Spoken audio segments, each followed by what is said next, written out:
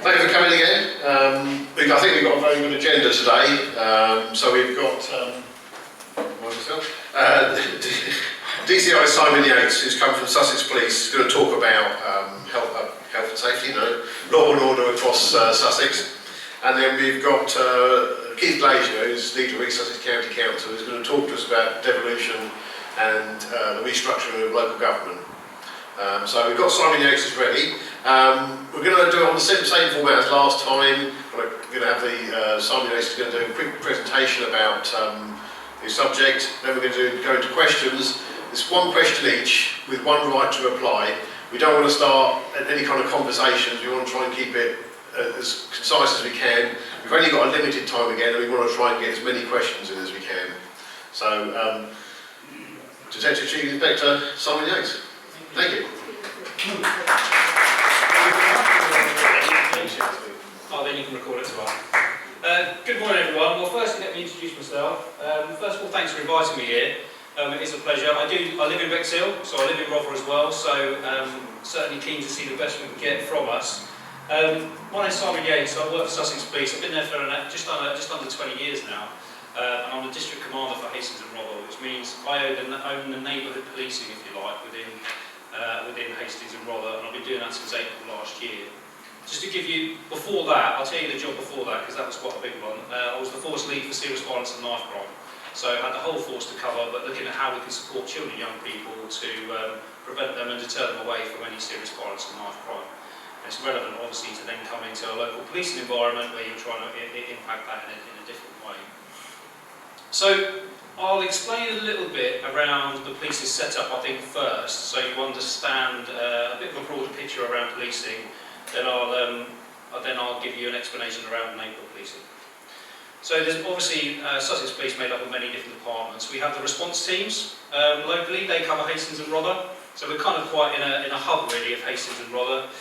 They respond to all the 999 calls essentially. They then have a secondary investigation team. So if they go to an incident, they pick up an investigation and they pass this to a secondary investigation team. We've then got CID that deal with more serious and complex investigations. And then we've got a safeguarding unit that deals with adult and children offences, essentially, to safeguard the community. And separate to that, we've then got the major crime team that deals with, ultimately things like murders, kidnaps, that kind of thing, that sit on top.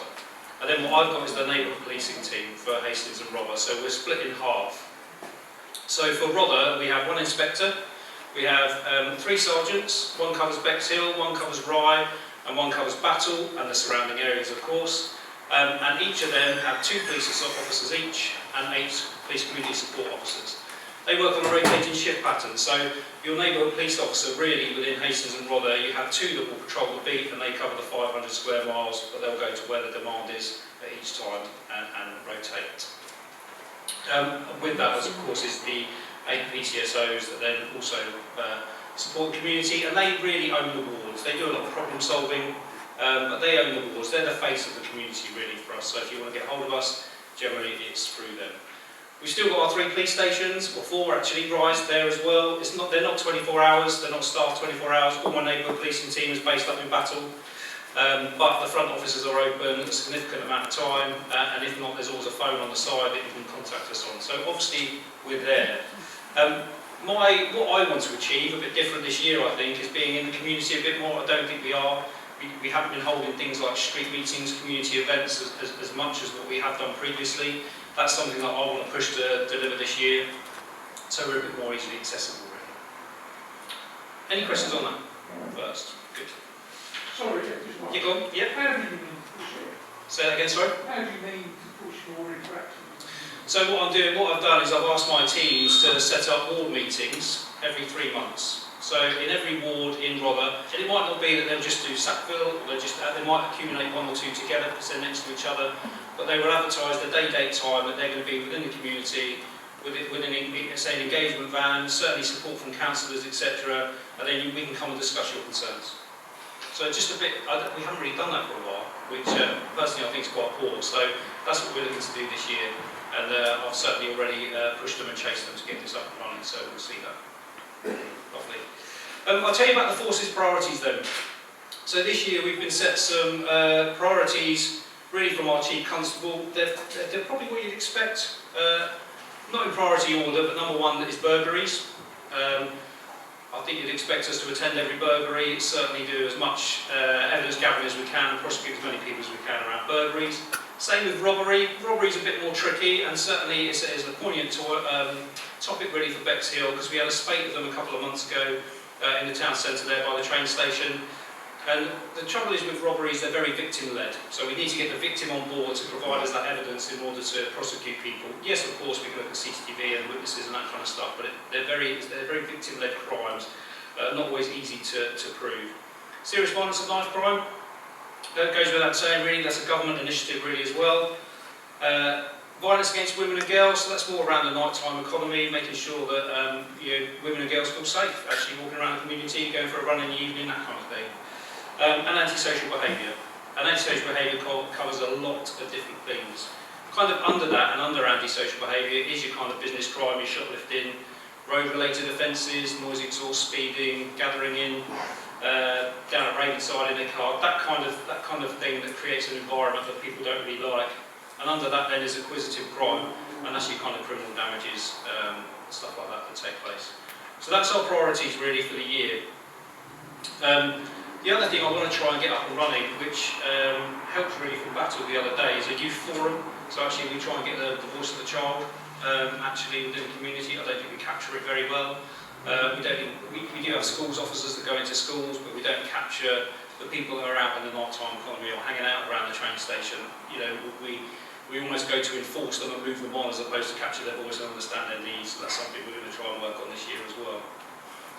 I thought what I'd end with really is some stats, and I don't want to blow your mind with stats, but I just print out these figures that give us a kind of an understanding of how we're doing in Rother. And it's just Rother, taking Hastings out of it, but they're the rolling year statistics really on some key topics of crime. So all crime in Hastings and Rother, as well as antisocial behaviour, has increased by 1.8%. Not hugely significant, but within that figure, what we have had is almost a 7% decrease in victims, which ultimately means we're getting repeat victims.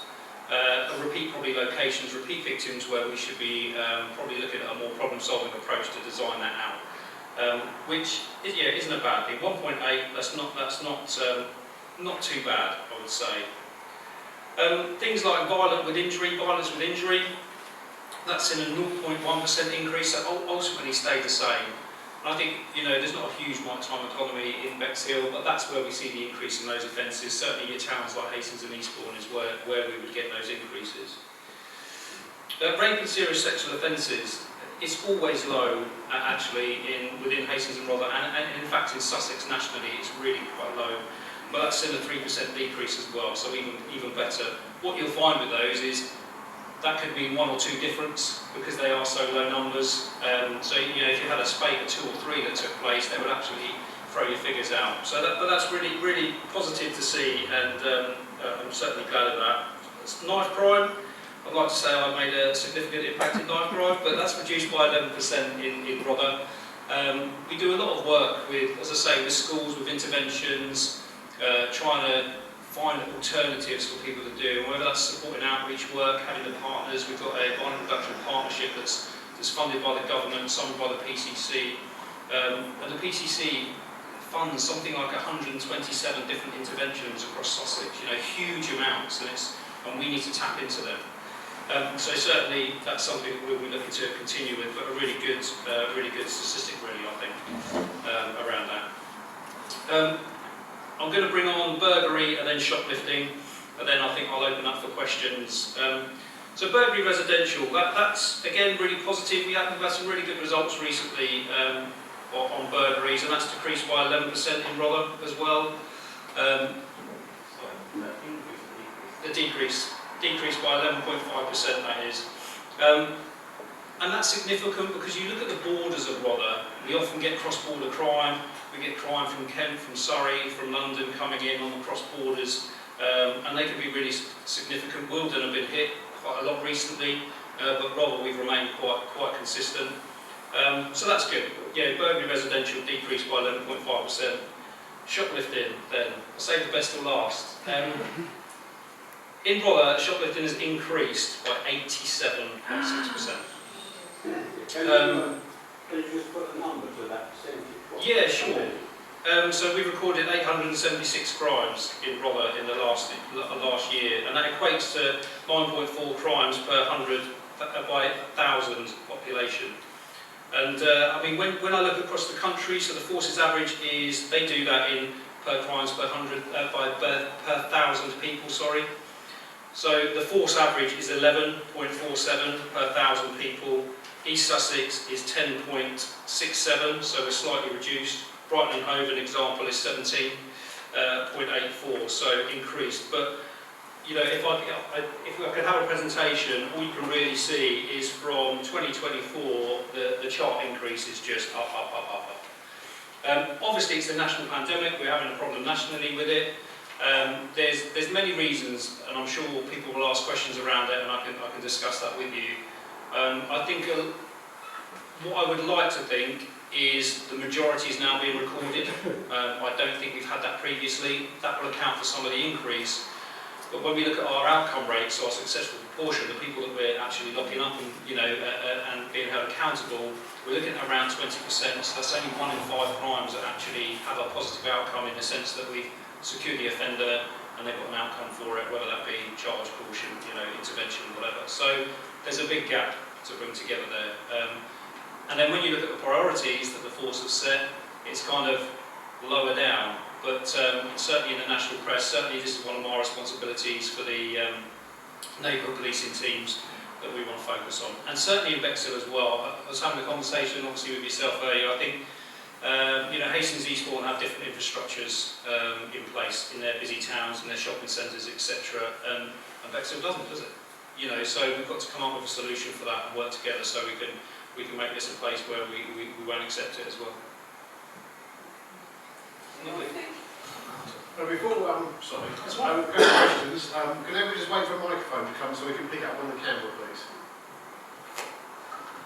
Do your figures reflect only the shoplifters that were caught? Or, because I was in Sainsbury's on Thursday and some guy just walked out and they tried to catch him. And I said, what do you do in that sort of circle? They said, well, nothing, can't do anything.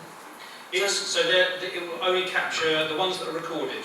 So that will only capture crimes that have been officially reported to the police. And there's always a gap, nationally, because if they think, like you say, if they think that there's nothing they can do, if they don't even phone us and tell us that we can't record it. My plea to everyone is always about everything that you see or do, whether it's antisocial behaviour, whatever it is, even if you don't want anything done about it, if you phone in, it creates a record that's there forever, of the day, date, time, location that this took place, and it builds our intelligence. And we can then bid for government from community safety partnerships. We've got serious violence funds. We can say, well, this is now a hotspot. We can now put police in there because of that hotspot. Sussex Police got given £1.4 million this year to deal with serious violence and knife crime, and that focuses on hotspots. Well, we only know those hotspots if people tell us about those hotspots. So that's what I would encourage you. Anything that you're worried about, concerned about, any crime that takes place, even if you think or feel that we're not going to do anything about it, by recording it, it leaves a footprint, and then we can act upon that. Any other questions? Julie? Wait, there's got a microphone coming. I've got the microphone. First of all, Simon, thank you very much for taking your valuable time to come and see us in sunny Bexhill. I'm Howard Martin, President of Bexhill Chamber of Commerce. I was fortunate enough just to have a brief conversation with you before the event. I've got 2 matters I'd like to raise that came out of that conversation. One is rural crime.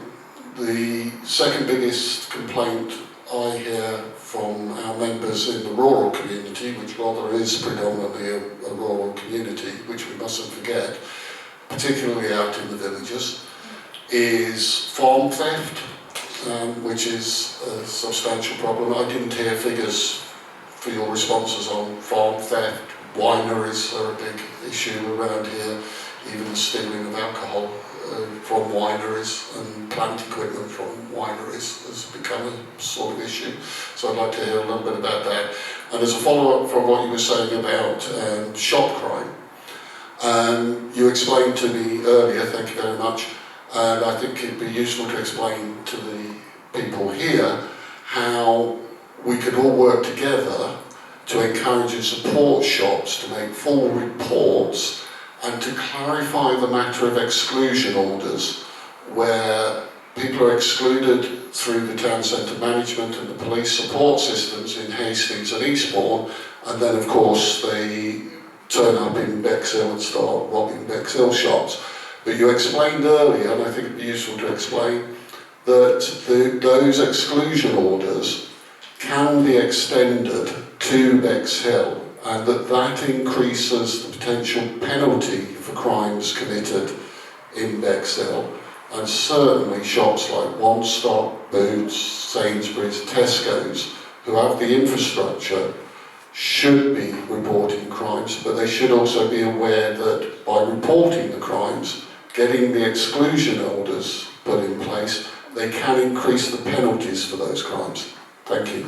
No, thank you very much. A couple of things. I probably haven't got all the figures, but what I have got, what have we, so for rural crime, it will be covered in different areas. So it will be covered in theft figures, and it will be covered in some burglary residential, depending where they're taking the items from, but some also commercial burglaries. I've got the figures for them as well, which I will give you. So theft, excluding shoplifting, is decreased by 5.8%, only 431 is recorded in the rolling year. And business, burglary, business and community, which is essentially, like the wineries, for etc., that's what it would come under. That's had a huge decrease of 32.9%, so only 102 offences recorded this year. We do have a rural crime team. They do run like a shop watch for farms, etc., that kind of thing as well, dedicated to that, as well as the unique offences, poaching, all that kind of stuff that they look at as well. But that's in, Rother's in a good place for that at the minute. I've probably said it now, haven't I? But actually the rolling year figures are really quite good for that.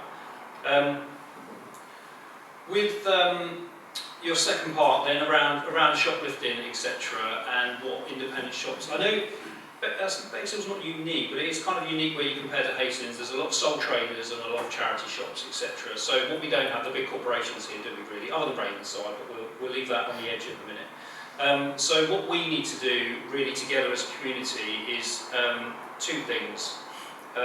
Probably three things actually. So one is we've launched a DISC programme, thanks to the Chamber of Commerce as well for supporting that, being a key stakeholder. Really what that is your safety net of information sharing rather than WhatsApp groups. Because you're like, if you're a sole trader, if you've got a business, we have to comply with data protection, and the ICO would not be very grateful at looking at people's WhatsApps, certainly if it's on their own mobile phones, of people that have committed crimes, names, dates of births, photos, that kind of thing, personal sensitive information. That would essentially leave you liable. With DISC, it's all covered because we've got the information sharing agreement on it.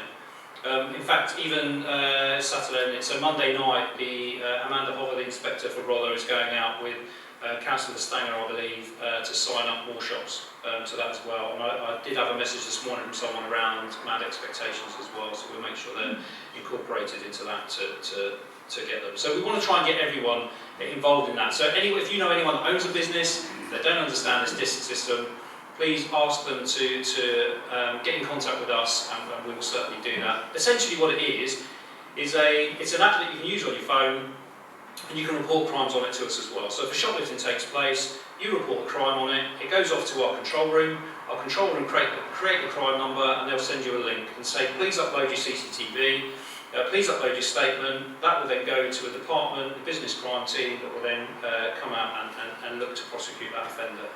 I've made that sound really simple and easy, I appreciate, and there are a few glitches, like I'm aware that One Stop can't use that actually, their CCTV system isn't designed to do that, they have to record it onto a compact disc still. That's fine, we can get around that, but we need to know that, so our control room doesn't just say, well, you haven't replied to us, and then we're going to file the crime in 30 days. What we need to have is that two-way communication, but some of that responsibility is on us to make sure that we understand our community and we can put those messages in so they don't just do that. The second thing is really, and again, I'm talking as a shop community, really, as a business community, because I think you mentioned like an accountants as well, didn't you, that were broken into? And often, sometimes you get those crimes in the back of pubs where they get through into the staff quarters, if you like, and go through bags, etc. I think it's really important, if we catch anyone taking from our shops, that we give them a banning notice, we identify them and give them a banning notice, but you're no longer welcome in here at all. And I appreciate with some of the bigger corporations, One Stop for example, you would need support from head office, but what that then does is, if they do come into your shop again, it elevates the offence from a shoplifting to a burglary, and that's, from a CPS perspective, from a court perspective, it holds greater punishments. So it means we've got, we could have a greater control on that individual for committing those offences. Then we can look at community behaviour orders. So anyone that's convicted of any offence, so it doesn't even have to be shoplifting, we can apply for a community behaviour order, and that's where we can put exclusions in. So in Hastings it's working quite well at the minute. If they catch someone that's done certainly 3, 4, 5 shopliftings, they'll apply for this community behaviour order, and it bans them from the town centre. And we can have different exclusions on it. You can't have an open vessel in it, so they can't drink alcohol anywhere in the street. We can have exclusion zones from town centres, from shops, that kind of thing. And one thing from our conversation that just came to mind is obviously with Bexhill sitting in the middle of Eastbourne and Hastings, you're kind of in that sandwich. If they disperse anyone, they don't want to get caught, so they'll come in because it's a bit easier. And I mentioned we have places like Billingshurst and that along West Sussex where they use the train network. Of course, we've got a good train network here. They're straight off the train, we go straight to One Stop or wherever, and then they're out again in 10 minutes, and people don't know about it. So we need to come together, I think, as a community. I think it would be worth, as we discussed, probably setting up a local business meeting, whether that's monthly or bi-monthly, something like that, where we can share a bit more information and two-way information as well, and see how we can work together to try and prevent some of this. 86%, that's huge. Thank you. Thank you very much for coming. I'm representing Sidley, really. Yeah. With the defibrillator and the bleed box that we got there, Yep. and when we got the cameras in, we paid for them ourselves, and we haven't had any problems with the first two, but when we went to see your place at Lewis for the cameras, Yes. it's a fantastic piece of kit, and I had a word with a man with the pips on the shoulders about if we could get in touch with them as a shopkeeper, Yeah. and to let them know that something is ready to go, and tell them which part it is. And they said, very good idea, but it was a lot of years ago, but nothing's come back, and I have tried before. But it's us trying to help you. Yes. And we've got to have this thing, because Sidley is being run pretty well at the moment. There's some key people there that are keeping it afloat, and it's very good. Yeah. And we work well with the police. We have a Darren Owen that comes in, Yeah. and he brings his people with him, Yeah. and they gel in very well. But it's just that we can help each other as well if we can sort that camera one out. Yeah. Is it so the camera's working, but you can't tell us if something's going on? Fantastic. Yeah. Okay. I mean, my first response to that would be phone 101 straight away and record it. It's 101 system. What you talk about was doing a thing to text them and say that's it, then their job's done. Yeah, We're talking yeah, about shopkeepers or publicans, Yeah. somebody that's early morning and somebody that's late at night that can see what's going on, Yeah. and they can just sell you on the Yeah. So whatever it is. the disc system could be used for that. Yeah, but keep doing them phone numbers in Sidley. You talked about we've got a lot of old people. Yeah. I'm one of them. Yeah. And it's not a good thing for me because I'll go up and put Yes. it down. We've got to get more things going, not just keep doing one. Not just technology all the time. Yeah. Okay, think Yeah. of them. No, definitely, I agree. I think with what the benefits of 101 is, like I said at the beginning, is that footprint that stays there forever. So it's recorded and we know that it's then taken place. So obviously you can report things to your local PCSOs, but that's not always recorded and they might not always be on. But maybe we'll have to have a look at that if there's something that we can get in place, like you say, that the community can just say, oh, hold on a minute, something's going on, can we have a look at the cameras? Because the cameras are in the control room, but we can access them from police stations as well. Within Hastings anyway. So there's a network that we can then tap into them. But if the difficulty is, certainly with neighbourhood policing, and neighbourhood policing isn't 24 hours. It's they start at 8 in the morning, they finish at midnight. So if something happens outside of that time, and of course they're covering, they've got 3 different shift patterns covering different areas. Whereas that 101, 24/7, there's someone in there that can respond to it, that can look at those cameras. But there might be, we have something called a force incident manager that sits right next to the cameras, again 24/7, because they're controlling ultimately all the forces incidents. There may be something we can get where you can contact them, even if it was an email to that person that they can just have a quick look. I just think you could make more use of the cameras. Yeah. If we had people in the area that are trusted to send something In, yeah. so they can monitor it. Yeah. CCTV is one of my bugbears because I think generally in the last 5 years we've really retracted away from CCTV. We used to have council officers in the town centre that sit there and watch the CCTV 24/7 in the nighttime economy. We'd have people we'd put police in there in their control room to watch the nighttime economy, to pick up on things before they happened. All gone. It's all now just remote. It's recorded 24/7, but it's all remote. So we're responding. We're not being proactive. Which in this day and age, everything's getting quicker, faster, newer. We should probably be better at that. But that's again not just a police thing. I think it's a huge thing. Gentleman over there. Then we'll come back. Thank you. I'm not quite certain if this is fully within your brief, but it really is very important because you've talked about a lot of individual things. Yeah. There was a quick pass over the offences against women and children. Yes. But recently we've had situations in the east of Rother where sex offenders been released from prison and has terrified the residents. And the residents' fear has not been by the sex offender per se, but because the MAPA system has failed to communicate with them. Why? Yeah, I'm well aware of that situation. Difficult to me to comment on really, because I think, and you're probably aware from that situation, we had to react and respond and do as much as we possibly could. I think it was the release, the problem there was the release and the lack of information going out, which ultimately is other statutory partners. And I'm not trying to pass the buck because we all have a bit of responsibility there, but I know that that's been raised ultimately to their head, and they're looking into that, and we'll feed the learning out because, I mean, myself, I was concerned by that. I appreciate it's resolved now, but it's stopping it happening again, isn't it? The fear thing hasn't been resolved because, I mean, the individual was removed from the area, Yes. you know that. Yeah. But the people don't know how long for, how permanently, if he's going to return, when he's going to return, Sure. and nobody from the responsible authority, which I do believe is the police, has actually been to speak to them. It's not the police. So the police will, The responsible authority. we're one of them, but ultimately it comes down to probation.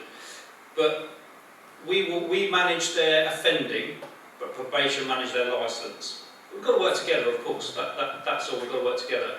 But what I'll do is I'll make sure we have a conversation. Well, I can't think of the councillor's name off the top of my head, but I'm in quite good communication with them, and we'll make sure there's a mop-up session so people can be informed. The difficulty is as well is, and I appreciate the concern and everything, that individual also has rights, and we have to look after and protect that individual as well. And it's so what I mean by that is you don't get all the information you want because we're not allowed to give it to you. But what we should be doing is reassuring you that it's gripped, and what didn't happen in the first place is that was gripped until we understood where they were and people started contacting us about it. But yeah, certainly there will probably be some learning to come out of that situation. But I appreciate that wasn't the best. But what we can do is try and get some more communication to you as longevity, so people can start relaxing. Thank you, Simon. Thank you, Simon, again for coming to Bexhill. Basically, I'm a town councillor for this area, and also I am also the admin for Shopwatch. Yes. And there's been a lot of discrimination about Shopwatch and DISC, but DISC is not working. Simple as that. It's not working. Just this month, there's been over 37 instances at one stop with young adults, children even, going in there, selling alcohol, and they can't do anything. Why isn't the police not finding one stop for this happening? Why are they not putting a closing order for 14 days? Why are they not finding the actual head office? Because all they're doing is when the staff complain about it, they cut the staff. And it's not fair on the staff just let these people walk in, take the alcohol, push people throughout the way, and go from there. The only time police have been involved is when shop owners, not shop owners, people doing the shopping have gone in there and intervened. Now, it's getting to a point where I even said to your inspector that the prolonged shoplifters are now using the children to go in there and steal for them. And that's the problem. So what's happening about it? Now, there was a prolific shoplifter that got arrested and sent for 8 weeks in prison. He was out in 2, and he's also re-offending right now. Yeah. And I've been putting pictures on disc of the gentleman. So the disc isn't working, and when the shopkeepers have asked for a meeting because they're scared, Sussex Police go down there and say, you need to go on disc. But that disc is not working because Shopwatch is something that is now and never. When you've got a young lady working in the shop, she has the details. If she calls the police or do the thing, it takes a while. With Shopwatch, someone could be there within seconds. And so I've got a couple of questions back. Yep. What Shopwatch do you run at the minute? The one on WhatsApp. Just WhatsApp. Okay. So we just got to be careful. I'm really concerned about that. That's fine. If you want to talk to that's fine. But it's don't more go around around asking people to go on disc. Two things. So what I'm concerned about is everybody using it and sharing personal sensitive information and getting fined themselves. You know, It hasn't happened yet. It hasn't happened yet, but that's why DISC is there. Okay. Why is DISC not working? What's the issue with it? Like I just said, there's been over 37 instances of but one stop alone. That's not DISC's fault. And police have only been there twice. Yeah, but that's not DISC's fault. So what I'm trying to work out is what isn't working in DISC? Is it that they're not reporting it? Is it that it hasn't come through to the police? Is the ID parade of some of the suspects? There's some there that are not even on there. There's a gentleman on there that's got a shadow figure, but no name, no picture. It's not working. It's not updating. It's not being done. I've had to give information about where this person lives and who this person is. Yeah. Well, I mean, ultimately that is the point of this, for everyone to share that information. We'll probably have to talk in a bit more detail because I don't exactly know. I know One Stop. I know we had a big conversation about One Stop. It's tricky in the sense that, as I explained before, of how we would use DISC. Their systems aren't up to scratch, so it doesn't work because they have to. We're looking for digital solutions. They still have to get it out on compact disc. There's and I don't want to go into too many details about One Stop because there's some work we need to do with them and their management around it. But it's about we need to come together to get a solution to that as opposed to we're not going to close One Stop down. Just for shoplifting, But if a shop sold underage alcohol to an underage person, they get fined and shut down for 14 days. Yeah, potentially. Yeah. Potentially, okay.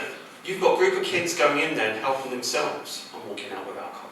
Yeah, but there's for me, there's lots of other things we need to talk about. Which I don't want to, because I'm aware this is being broadcasted, I don't want to get into too many details and start, throwing things at One Stop because they're a retailer, they provide a good service to the town. We need to work with them to make sure that it's safer, that their staff feel safer, and that we've got better communication with us and them. As I say, I know Amanda's coming down tomorrow, Monday night in the town. I think it'd be worth setting up a regular retail meeting around it. And I think there are some quick wins that we could do. Yes, One Stop have a responsibility, of course they do. I always use the analogy that if someone's losing £40,000 worth of stock, hire a security guard for 30 and you say to yourself 10 grand. It's not difficult to do that, and they need to take that responsibility. We've done some really good work with places like Jemson's, for example, that were really open to, so we had people go in there and look at the design of their store to almost design out some of the thefts, i.e. don't have your alcohol right next to the front door. Simple things like that kind of thing. There's definitely obviously some work to do in One Stop. I think some of the problem does lie with the police in the sense that some of those recordings that go onto disc, they go to our central control room, and if they're not responded to within 14 days, i.e. we send the link out and say, well, give us your evidence then, it automatically closes it. So it will file it down. Well, again, I mean, that's not great, is it? you know, from our perspective. The But head office we need has that given them evidence. digital cameras Yeah, yeah. so they could take photographs of people which have been broadcast from disc. Yeah. So, And also with Jensen's, how come they're allowed to post pictures we need to on do one Facebook? over. I think we need to take this offline with Inspector. We've got a few questions to get through. Simon, just very quickly, Yes. I'd just like to support both sides and make it clear that Bexhill Chamber of Commerce do not support individually organised things that they are calling Shopwatch. We support the formal organisation that is called Shop and Bar Watch, which is coordinated with the councils and with Sussex Police. We do not encourage or support our members in any way using social media as basically a vigilante service. There is a proper formal structure for shop and bar watchers. It is not just using social media to put people's faces on social media to claim that they committed crimes. I just want to make that clear. Thank you. Right over there. Hi, I'd also like to talk about what's being done to end violence against women and girls and children. There's many locals say they're aware of allegations of local gangs coercing girls into abuse and sex work, and also young boys into drug delivery. These are not being reported because of fears of reprisal, and I've also heard reports of other incidents where people have withdrawn statements because they're scared of reprisals. And I'd like to know what's being done about this very, very serious set of crimes. Yeah, two things. So if they don't want to report it to us, absolutely fine. Again, we've also got Crime Stoppers. So Crime Stoppers is totally anonymous. It means we'll get the intelligence. And that's what's really key. When you say about these things taking place but no one's telling us, well, we can't do anything we don't know. But locals are fully aware. I can't believe the police aren't aware either. So we need to know that. And something like Crime Stoppers is ideal for that. Because again, it creates that footprint, creates that log, and we can do something. So there's quite a few things we're doing. So the first thing I'd like to talk about is, I guess, is OpShield. And that's what we do is, from the intelligence that we do know, that people have told us about, we've mapped out locations, target areas and key individuals that we want to target. Operation Shield, we will use what we call detection officers, so you won't see them. We use detection officers in these locations at the specific highlighted times that we know is a higher risk. And then we have uniformed officers supporting them. Once they do their behavioural detection, they find individuals that they think could be perpetrators, interventions then take place. That's now taking place every other week. So when I say every other week, within Hastings, within East Sussex, sorry. So one will be around the Eastbourne side, and one will be this the Marsh Road's in the middle, isn't it? One's that side, one's this side. So once a month there'll be an operation taking place for that. We then have we call it a SIT department, criminal law investigation team, but they look at solely county lines, drug lines, exploitation. They're linked with a discovery team, the only actual area in East Sussex to have a discovery team, which is with partners as well. So it's not just a police team, and it's looking at all that exploitative information and then those individuals. We then work with partners, and we RAG score individuals that we think are at risk using many different technologies, terminologies with them. And they will get assessed the key worker. The key worker won't necessarily be from the police, could be from children's services, could be from the missing teams, could be from education, for example. And then they have a wraparound plan around them to try and deliver interventions to them to pull them away. We even have a set-up in Hastings and Rother for parents as well, to try and support parents whose children are going through that experience. So I've probably talked for a long time about it. There is a lot of work going on. I guess it's one of those things, a bit like knife crime. We don't advertise it as much because our policy is we don't want to glorify it. So it's a little bit quieter, if you like. We're not going to boast about it, about this stuff. But there's a lot of work that does go on in the background of that for sure. And I'm more than happy to talk to you, one-to-one about some of the additional things as well, if need be. There's young people that really need our help now. Yeah. Thank you. So I've got Nick over here. You sure? Good morning. About three things, very shortly. First one, year and a half to 2 years ago, we had a double stabbing just round the corner here at the town hall. And the Sussex Police Chief or Commissioner put out publicly, stated that they were going to have more people on the streets to make people feel safe. Over the next 7 days, 4 people in their motors drove around Bexhill day and night, because it took a week to catch the gentleman who's since been jailed, caught on a caravan site, I believe in Rye. In that 7 days, the police chief stating that not one policeman was seen on the street. That's a fact. 4 people's motored statement. That's wrong if they're putting out a statement to the public to make them feel safe, and it didn't happen. That's the first one. The second one, during the week, I believe Tuesday or Wednesday, you had the police at Devonshire Square in Bexhill about domestic violence, which is a good lady here. Unless you've worked with domestic violence, and I'm sure they have, something there was wrong. The fact that they were raising their voices to people, if you're suffering domestic violence, come to us and help. People won't go to them because of fear that someone in the background is watching. And I've spoken in the last 2 days to quite a few people who have been involved in domestic violence, said they wouldn't go up in case whoever's causing it is watching them. So that needs. And finally, the third thing is we have a lot of motorbike thefts in Bexhill and surrounding areas. And we have one area where these thieves are doing it. They're coming from, going out. It's known to the police, they've told me. It's known to the public, they've told me. And yet they're still out on the streets. And why, the bike's pinched, smashed, dumped, stolen, whatever, and sold on. And when I was speaking to the police yesterday, and I said, well, he said, there's nothing we can do. Okay, so the first one I think was more of a statement, and I agree. If we're not going to, don't tell people we're going to be there, we're not going to be there. Yeah. That's fine.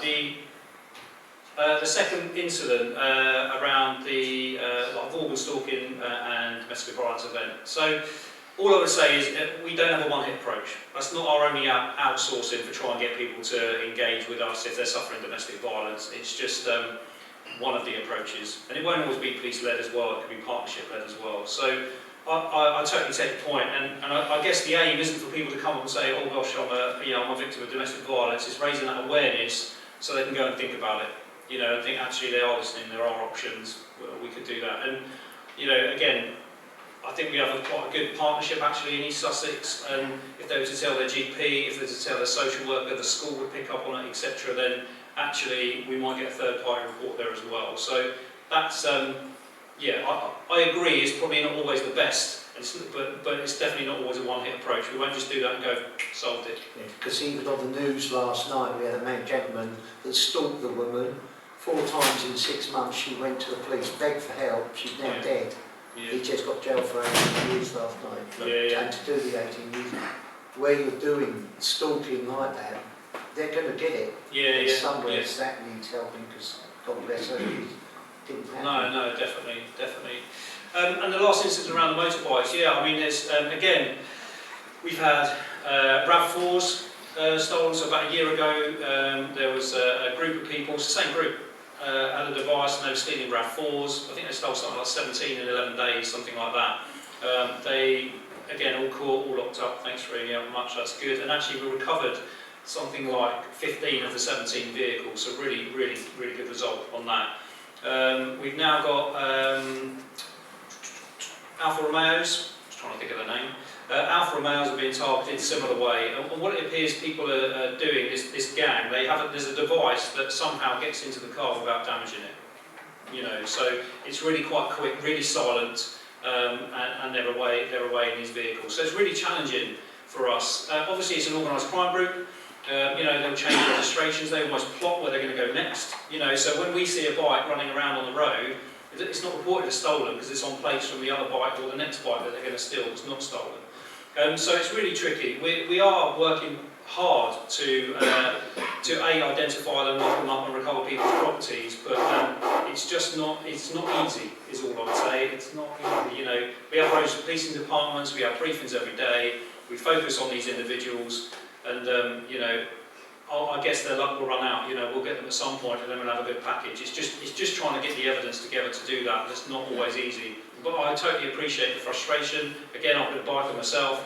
You know, it's horrendous. One of my friends had their RAV4s taken. You know, you feel personally responsible. If I'm honest, I feel personally responsible. You know, you think, oh, what's going on? We need to lock these people up and get people's stuff back. It's just not always easy. But that officer that said this, we can't do anything. We can definitely do stuff, and we have done. We've deployed covert cameras in places.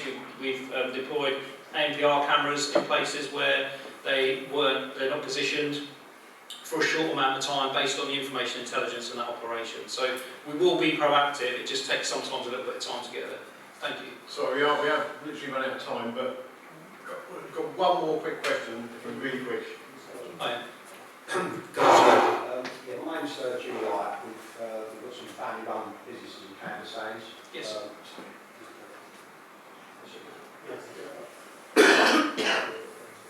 Right, yeah, so so we've been there for not more than 40 years. So it's a little bit of a unique case in Canvas. 8 months a year, sorry about this. It's all right. I can hear you. Yeah, we're a little bit of a unique case. So 8 months of the year, we're basically a little sleepy village. You know, we border Kent, and you know, you don't really see too much going on at all. Very little need for a police presence. However, come the summer months, starting around about now, sort of May time, it livens up. So we can get a hell of a lot of people on certain days. Them days, the council call them red days. That's it, yeah. Now, they sort of like, they build up to, obviously around the weather, you know, so if we get a bout of hot weather coming in and it's looking about 75 to 80 degrees, you come the weekend, you're guaranteed to have a lot of people. Yeah. So the police estimate about 25,000 people on them days, which is a hell of a lot of people for a little village, all coming down basically for the beach. Now, I've been there, like I say, 40 odd years, and over the years, little incidents, many years ago, you didn't see many incidents, so you wouldn't say there was a great deal of police needed. However, of late, it seems to be a generation thing. We're getting more and more unsocial behaviour. And you know, it varies, doesn't it, unsocial behaviour, anything, can't it, you know. But basically, you do get a lot of individuals come down, they want to show off. We get a lot of people coming down. Where my shop's located, I'm right on Central Car Park. I see individuals getting out of cars. You can see they're out the edge, you know. Like cars, the bellows of smoke are coming out.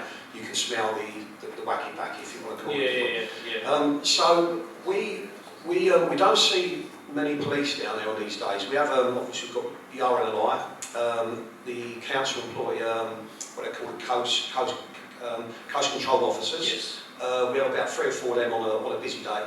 However, we don't have enough police presence. Now, if I was to say that we see 6 police on a red day, I wouldn't be exaggerating. No. Now, if you look at Brighton Football Ground, for instance, you get about 30,000 people there. How many police would you see there? Yeah. You'd see a lot. Especially if it's Palace. Yeah. Yeah.